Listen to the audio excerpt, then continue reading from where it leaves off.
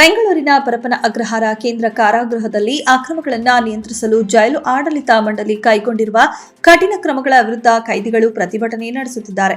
ಜೈಲಿನಲ್ಲಿ ಅಕ್ರಮವಾಗಿ ಸಿಗುತ್ತಿದ್ದ ಬೀಡಿ ಮತ್ತು ಸಿಗರೆಟ್ ಮಾರಾಟವನ್ನು ಸಂಪೂರ್ಣವಾಗಿ ನಿಲ್ಲಿಸಿದ್ದಕ್ಕೆ ಅಸಮಾಧಾನಗೊಂಡಿರುವ ಕೈದಿಗಳು ಕಳೆದ 3 ದಿನಗಳಿಂದ ಊಟ ತಿಂಡಿ ತ್ಯಜಿಸಿ ಧರಣಿಗೆ ಕುಳಿತಿದ್ದಾರೆ. ರಾಜ್ಯದಲ್ಲಿ 2030ರೊಳಗೆ ಎಚ್ಐವಿ ಸೋಂಕನ್ನು ಶೂನ್ಯಕ್ಕೆ ಇಳಿಸುವುದು ನಮ್ಮ ಗುರಿ ಎಂದು ಆರೋಗ್ಯ ಸಚಿವ ದಿನೇಶ್ ಗುಂಡೂರಾವ್ ಹೇಳಿದರು. ಎಚ್ಐವಿ ಸೋಂಕಿತರಿಗೆ ಸರ್ಕಾರ ಉಚಿತವಾಗಿ ಔಷಧಗಳನ್ನು ಕೊಡುತ್ತಿದೆ. ಎಚ್ಐವಿ ಸೋಂಕನ್ನು ಶೂನ್ಯಕ್ಕೆ ಇಳಿಸಬೇಕಾದರೆ ಸೋಂಕು ಕಾಣಿಸಿಕೊಂಡ ತಕ್ಷಣ ಸೋಂಕು ಹರಡದಂತೆ ತಡೆಗಟ್ಟಬೇಕು ಎಂದರು. ಕಾಂಗ್ರೆಸ್ ಸರ್ಕಾರ ಅಧಿಕಾರದಲ್ಲಿದ್ದಾಗ ಉಳುವವನಿಗೆ ಭೂಮಿ, ಬಗರ್ ಹುಕುಂ ಸಾಗುವಳಿ ಜಮೀನು ಸಕ್ರಮ ಮಾಡಿದೆ. ಅರಣ್ಯ ಪ್ರದೇಶದಲ್ಲೂ ವಾಸಿಸುವವರಿಗೆ ಕಾನೂನಿನ ಅಡಿಯಲ್ಲಿ ಸಹಾಯ ಮಾಡಿದೆ. ನಿಮ್ಮ ಭೂಮಿ ಹಾಗೂ ಆಸ್ತಿ ದಾಖಲೆ ಸರಿಪಡಿಸುವುದು ನಮ್ಮ 6ನೇ ಗ್ಯಾರಂಟಿ ಯೋಜನೆಯಾಗಿದೆ ಎಂದು ಉಪಮುಖ್ಯಮಂತ್ರಿ ಡಿಕೆ ಶಿವಕುಮಾರ್ ಹೇಳಿದರು. ಬೆಂಗಳೂರು ಪೊಲೀಸರು ರಾಮೇಶ್ವರಂ ಕೆಫೆಯ ಮಾಲೀಕ ರಾಘವೇಂದ್ರ ರಾವ್ ಅವರ ಪತ್ನಿ ದಿವ್ಯಾ ರಾಘವೇಂದ್ರ ರಾವ್ ಮತ್ತು ಹಿರಿಯ ಕಾರ್ಯನಿರ್ವಾಹಕ ಸುಮಂತ್ ಲಕ್ಷ್ಮೀನಾರಾಯಣ್ ವಿರುದ್ಧ ಹಾನಿಕಾರಕ ಆಹಾರವನ್ನು ಮಾರಾಟ ಮಾಡುವುದು, ಸುಳ್ಳು ಮಾಹಿತಿ ನೀಡುವುದು, ಕ್ರಿಮಿನಲ್ ಪಿತೂರಿ ಮತ್ತು ಇತರ ಅಪರಾಧಗಳಿಗಾಗಿ ಬಿಲ್ಡರ್ ಒಬ್ಬರು ಸಲ್ಲಿಸಿದ ದೂರಿನ ಮೇರೆಗೆ ಪ್ರಕರಣ ದಾಖಲಿಸಿದ್ದಾರೆ.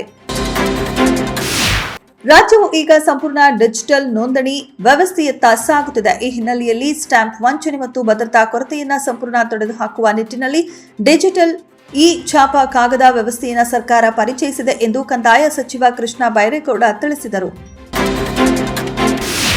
ಹೈದರಾಬಾದ್ ನಗರದ ಹೊರವಲಯದಲ್ಲಿ ನಿರ್ಮಿಸಲು ಉದ್ದೇಶಿಸಲಾಗಿರುವ ಭಾರತ್ ಫ್ಯೂಚರ್ ಸಿಟಿ ಸಹಿತ ರಾಜ್ಯದ ಹಲವು ಪ್ರತಿಷ್ಠಿತ ಯೋಜನೆಗಳಿಗೆ ಕಡಿಮೆ ಬಡ್ಡಿ ದರದಲ್ಲಿ ಸಾಲ ನೀಡಿ ಎಂದು ಹುಡ್ಕೋ ಮುಖ್ಯಸ್ಥ ಸಂಜಯ್ ಕುಲಶ್ರೇಷ್ಠ ಅವರಿಗೆ ತೆಲಂಗಾಣ ಮುಖ್ಯಮಂತ್ರಿ ರೇವಂತ್ ರೆಡ್ಡಿ ಮನವಿ ಮಾಡಿದ್ದಾರೆ. ಹಾಲಿ ಆರ್ಥಿಕ ವರ್ಷದಲ್ಲಿ ಭಾರತೀಯ ಐಟಿ ಸಂಸ್ಥೆಗಳಿಗೆ ಅಮೆರಿಕದಿಂದ H-1B ವೀಸಾ ಅನುಮೋದನೆಯಲ್ಲಿ ತೀವ್ರ ಕುಸಿತ ದಾಖಲಾಗಿದೆ. ಆರಂಭಿಕ ಉದ್ಯೋಗಕ್ಕಾಗಿ ಕೇವಲ 4573 ಹೊಸ ಅರ್ಜಿಗಳನ್ನು ಅನುಮೋದಿಸಲಾಗಿದ್ದು, ಇದು 2015ಕ್ಕೆ ಹೋಲಿಸಿದರೆ ಸುಮಾರು 70% 2024ಕ್ಕೆ ಹೋಲಿಸಿದರೆ -37% ಇಳಿಕೆಯಾಗಿದೆ ಎಂದು ವರದಿಯಾಗಿದೆ. ಭ್ರಷ್ಟಾಚಾರ ಪ್ರಕರಣಗಳಲ್ಲಿ ದೋಷಾರೋಪಣೆಗೆ ಗುರಿಯಾಗಿರುವ ಇಸ್ರೇಲ್ ಪ್ರಧಾನಿ ಬೆಂಜಮಿನ್ ನೆತನ್ಯಾಹು ಅವರು ಇಸ್ರೇಲ್ ಅಧ್ಯಕ್ಷರ ಕಚೇರಿಗೆ ಕ್ಷಮಾದಾನ ಕೋರಿ ಮನವಿ ಸಲ್ಲಿಸಿದ್ದಾರೆ. ಕೆಲ ದಿನದ ಹಿಂದೆ ನೆತನ್ಯಾಹು ಅವರನ್ನು ಕ್ಷಮಿಸುವಂತೆ ಒತ್ತಾಯಿಸಿ ಟ್ರಂಪ್ ಅವರು ಪತ್ರ ಬರೆದ ಬೆನ್ನಲ್ಲೇ ಈ ಮಹತ್ವದ ಘಟನೆ ನಡೆದಿದೆ.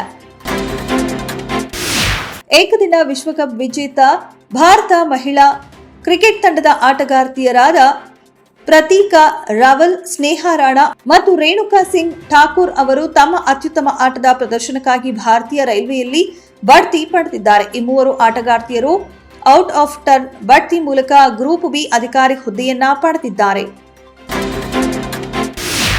ಕನ್ನಡದ ನಟಿ ನಿರ್ದೇಶಕಿ ರೂಪಾ ಅಯ್ಯರ್ ನಿರ್ದೇಶನದ ಆಜಾದ್ ಭಾರತ್ ಎಂಬ ಹಿಂದಿ ಚಿತ್ರವು ಜನವರಿ 2ರಂದು ದೇಶಾದ್ಯಂತ ಬಿಡುಗಡೆಯಾಗಲಿದೆ. ನೀರಾ ಆರ್ಯ ಎಂಬ ಹೆಸರಿನಿಂದ ಶುರುವಾದ ಈ ಚಿತ್ರದ ಶೀರ್ಷಿಕೆಯನ್ನ ಇದೀಗ ಆಜಾದ್ ಭಾರತ್ ಎಂದು ಬದಲಿಸಿದೆ. ಚಿತ್ರತಂಡ ಈ ಚಿತ್ರವನ್ನ ನೇತಾಜಿ ಸುಭಾಷ್ ಚಂದ್ರ ಬೋಸ್ ಅವರಿಗೆ ಅರ್ಪಣೆ ಮಾಡಿದೆ.